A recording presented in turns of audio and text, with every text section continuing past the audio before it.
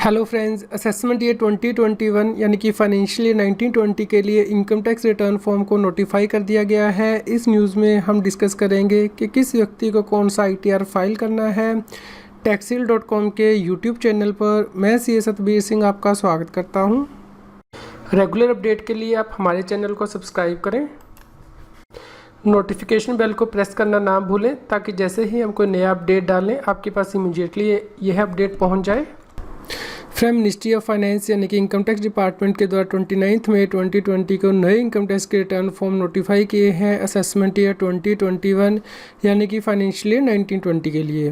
Friends, ITR 1 सहज form notify किया गया है इंडिविजुअल के लिए जो कि रेजिडेंट है other than not ordinary resident है और जिसकी टोटल इनकम 50 लाख रुपीज़ तक है, यानी कि इनकम फ्रॉम सैलरी है, एक हाउस प्रॉपर्टी से इनकम है, अदर सोर्सेज इंटरेस्ट एक्स्ट्रा की इनकम है और एग्रीकल्चर इनकम 5000 रुपीज़ तक है, तो उस केस में वह व्यक्ति है फॉर्म फाइल कर सकता है।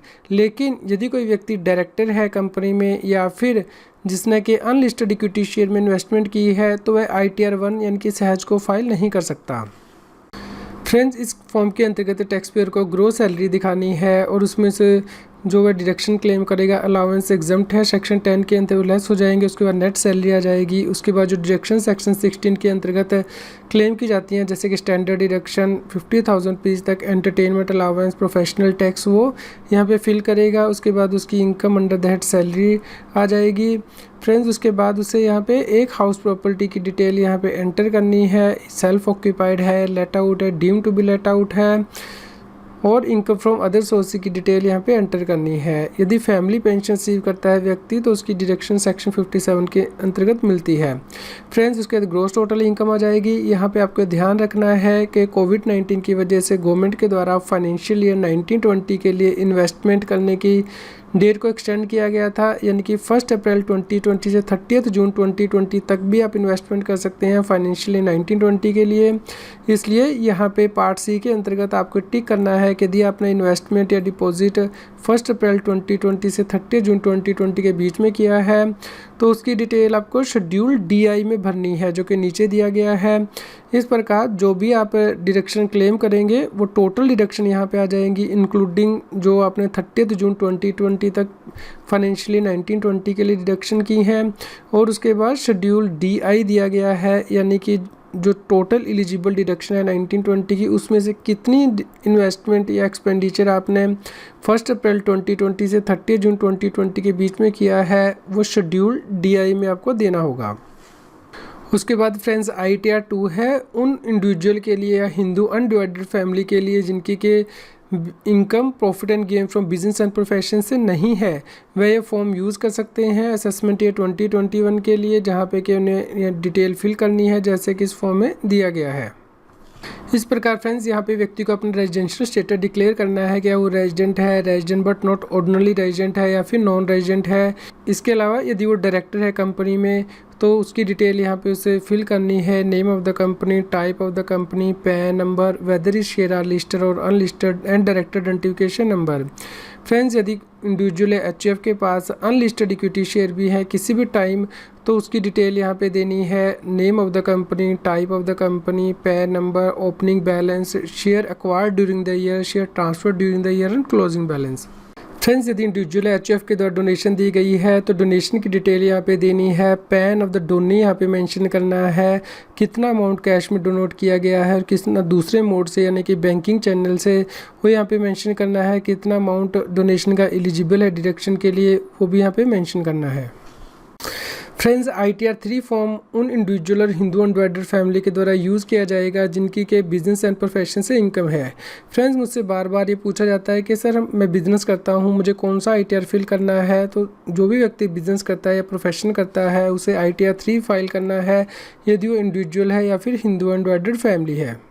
फ्रेंड्स, यदि व्यक्ति बिजनेस करता है और उसे टैक्स ऑडिट भी कराना है तो उस केस में यहाँ पे उसे टिक करना है कि वो टैक्स ऑडिट के लिए लायबल है। इस केस में उसे चार्टर्ड अकाउंटेंट से ऑडिट कराना होता है और ऑडिट रिपोर्ट की डिटेल यहाँ पे देनी है।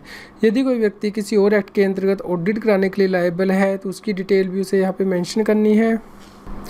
फ्रेंड्स, फाइनेंस एक्ट 2020 के द्वारा इनकम टैक्स एक्ट के अंतर्गत ऑडिट लिमिट को चेंज किया गया है, यानी कि यदि व्यक्ति की टर्नओवर 1 करोड़ रुपीज़ से ज़्यादा है लेकिन 5 करोड़ रुपीज़ तक है तो उस केस में उसे टैक्स ऑडिट नहीं कराना है। लेकिन उस केस में कंडीशन दी गई है। पहली कंडीशन ये है कि जो एग्रीगेट अमाउंट है, सेल्स, टर्नओवर, ग्रॉस रिसीट या फिर कैपिटल अकाउंट जैसे कि कैपिटल कंट्रीब्यूशन लोन एक एक्स्ट्रा व्यक्ति ने रिसीव किया है, वह 5% से ज़्यादा नहीं हो सकता है जो कि उसने कैश में लिया है। इसके लिए उसे यहाँ पे कंडीशन में टिक करना है। इसके अलावा पेमेंट के ऊपर भी शिक्षण लगाई गई है, यानी कि जो भी एक्सपेंडिचर है including capital account, asset acquisition, repayment of loan it extra, वह कैश में 5% से ज़्यादा नहीं हो सकता है। फ्रेंड्स, ITR 4 सुगम नोटिफाई किया गया है उन इंडिविजुअल के लिए, हिंदू अनडिवाइडेड फैमिली के लिए, पार्टनरशिप फर्म के लिए other than limited liability partnership firm जो कि रेजिडेंट है और जिनकी के टोटल इनकम 50 लाख रुपीज़ तक है और जिनकी के इनकम बिजनेस एंड प्रोफेशन से भी है, जो कि प्रिजम्पटिव बेसिस पर अपनी इनकम को ऑफर करते हैं इनकम टैक्स में, यानी कि सेक्शन 44 AD के अंतर्गत बिजनेसमैन के लिए एप्लीकेबल है, 44 ADA प्रोफेशनल के लिए है, 44 AE ट्रक ऑपरेटर्स के लिए। लेकिन यदि कोई इंडिविजुअल जो कि डायरेक्टर है किसी कंपनी में या फिर उसने अनलिस्टेड इक्विटी शेयर में इन्वेस्टमेंट की है, वह इस फॉर्म का यूज़ नहीं कर सकता। इस प्रकार फ्रेंड्स, ITR 4 सुगम के द्वारा व्यक्ति प्रिजम्पटिव बेसिस पर अपनी इनकम को ऑफर कर सकता है, यानी कि 6% इनकम, या फिर यदि उससे ज़्यादा क्लेम करना चाहता है तो वह इनकम यदि इलेक्ट्रॉनिक मोड से उसने यह पेमेंट रिसीव की है, यानी कि अकाउंट पे ही चेक, अकाउंट पे ही बैंक ड्राफ्ट इलेक्ट्रॉनिक मोड से, और यदि ये इलेक्ट्रॉनिक मोड से नहीं ली गई है तो 8% या फिर उससे ज़्यादा वे डीम्ड इनकम के तौर पर डिक्लेयर कर सकता है। 44 ADA फ्रेंड्स प्रोफेशनल के लिए एप्लीकेबल है, जहाँ पे वह 50 लाख रुपीज़ तक प्रिजम्पटिव टैक्सेशन स्कीम को ले सकता है, लेकिन इस केस में उसे अपना 50% अमाउंट इनकम का एज डीम्ड इनकम दिखानी होती है और उसके ऊपर टैक्स पे करना होता है। 44 AE फ्रेंड्स, यदि कोई व्यक्ति गुड्स कैरीज करता है तो उस केस में प्रिजम्पटिव बेसिस पर इनकम दिखा सकता है, जहाँ पे कि उसे रजिस्ट्रेशन नंबर देना होता है गुड्स कैरीज का, क्या उसके द्वारा वह ओन किया गया है, लीज किया गया, हायर किया गया है, इसके बारे में इंफॉर्मेशन देनी है। टनेज कैपेसिटी गुड्स कैरीज की देनी होती है, कितने महीने के लिए वह गुड्स कैरीज ऑन किया गया है, लीज किया गया, हायर किया गया है, और प्रिजम्पटिव इनकम ऑफर करनी होती है 1000 पर टन पर मंथ यदि टनेज एक्सीड करता है 12 मेट्रिक टन से, अदरवाइज 7500 पर मंथ, या फिर यदि उससे ज़्यादा इनकम दिखाना चाहता है तो ये इनकम दिखा सकता है। फ्रेंड्स, यदि व्यक्ति सेक्शन 44 AE के अंतर्गत अपनी इनकम दिखाता है तो उसके बाद जो नंबर ऑफ व्हीकल है at any time during the year वो 10 से ज़्यादा नहीं हो सकती। फ्रेंड, GST से रिलेटेड इन्फॉर्मेशन भी इस फॉर्म में रिपोर्ट करनी है, यानी कि ग्रॉस रिसीट या फिर टर्नओवर जो कि GST वाइज सेपरेटली रिपोर्ट की जाएगी। यदि व्यक्ति के एक से ज़्यादा GST नंबर है तो हर GST के लिए इन्फॉर्मेशन अलग से रिपोर्ट करनी है, GST नंबर मेंशन करना है और कितनी आउटवर्ड सप्लाई उसने GST रिटर्न में दिखाई है उसकी एनुअल वैल्यू यहाँ पे दिखानी है। फ्रेंड्स, ITR फाइल 5 करनी है। जो व्यक्ति इंडिविजुअल नहीं है, हिंदू अनडिवाइडेड फैमिली नहीं है, कंपनी नहीं है और जो व्यक्ति ITR 7 को नहीं फाइल कर रहा है, उनके लिए ITR 5 है। इस प्रकार friend, limited liability partnership firm इस फॉर्म में अपनी रिटर्न फाइल करेगी। इसी प्रकार local authority, association of person, body of individual, other cooperative bank, other cooperative society, society registered under society registration act और any other law corresponding to that state, primary agriculture credit society, cooperative bank, rural development bank, business trust, investment fund, trust other than trust eligible to file return ITR 7, any other AOP, BOI, artificial judicial person, state of the deceased, state of insolvent, ये return file कर सकते हैं। Friends, ITR 6 file करनी है। Companies other than company claiming exemption under section 11। Friends, ITR 7 file करनी है for person including companies required to furnish return under section 139 sub section 4A, section 139 sub section 4B, section 139 sub section 4C, section 139 sub section 4D। Friend, जब व्यक्ति income tax की return को file कर देता है तो उसे वेरीफाई भी करना होता है। यदि वो वेरीफाई नहीं करता है तो उस केस में ITR 5 यानी कि एक्नॉलेजमेंट उसे बेंगलोर भेजनी होती है साइन करके। इसके लिए फॉर्मेट आप अपनी स्क्रीन पे देख सकते हैं। ये फॉर्मेट फर्स्ट टाइम चेंज किया गया है।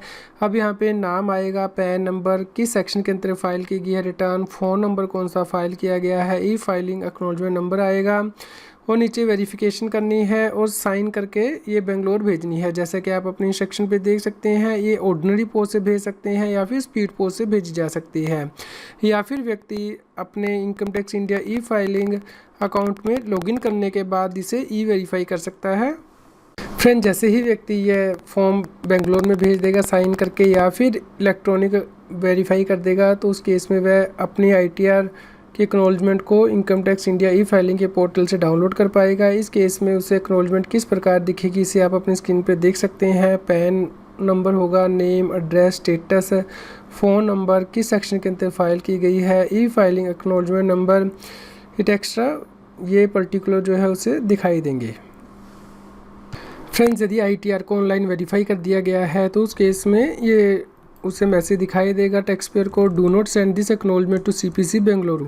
फ्रेंड्स, आप इन ITR फॉर्म को डाउनलोड कर सकते हैं। इनका लिंक इस न्यूज़ की वीडियो डिस्क्रिप्शन में भी दिया गया है। यदि आप टैक्स के बारे में और अधिक जानकारी चाहते हैं तो हमारे यूट्यूब चैनल की प्लेलिस्ट को रेफर कर सकते हैं। यहाँ पे टॉपिक वाइज वीडियो दिए गए हैं जिन्हें कि आप रेफर कर सकते हैं। फ्रेंड्स, आपके यदि कोई क्वेरी है तो आप हम ईमेल कर सकते हैं taxil@gmail.com पर। आपके न्यूज़ कैसी लगी कृपया लाइक कीजिए और कमेंट करके हमें बताइए। अधिक से अधिक लोगों तक शेयर कीजिए ताकि सभी लोगों तक ये जानकारी पहुंच पाए। अब आप मेरे चैनल CS सतबीर सिंह की मेंबरशिप को ज्वाइन कर सकते हैं, जिससे कि जो एक्सक्लूसिव वीडियोज़ हैं सिर्फ मेंबर्स के लिए, income tax, GST, finance, it extra पर, उन्हें रेफ़र कर सकते हैं। फ्रेंड, जिन लोगों ने CS सतबीर सिंह चैनल की मेंबरशिप ली है उनके लिए मेंबर्स ओनली वीडियो का लिंक इस न्यूज़ की वीडियो डिस्क्रिप्शन में भी दिया गया है और सेपरेट से प्लेलिस्ट भी दी गई है। आप वहां जाके ये वीडियो देख सकते हैं।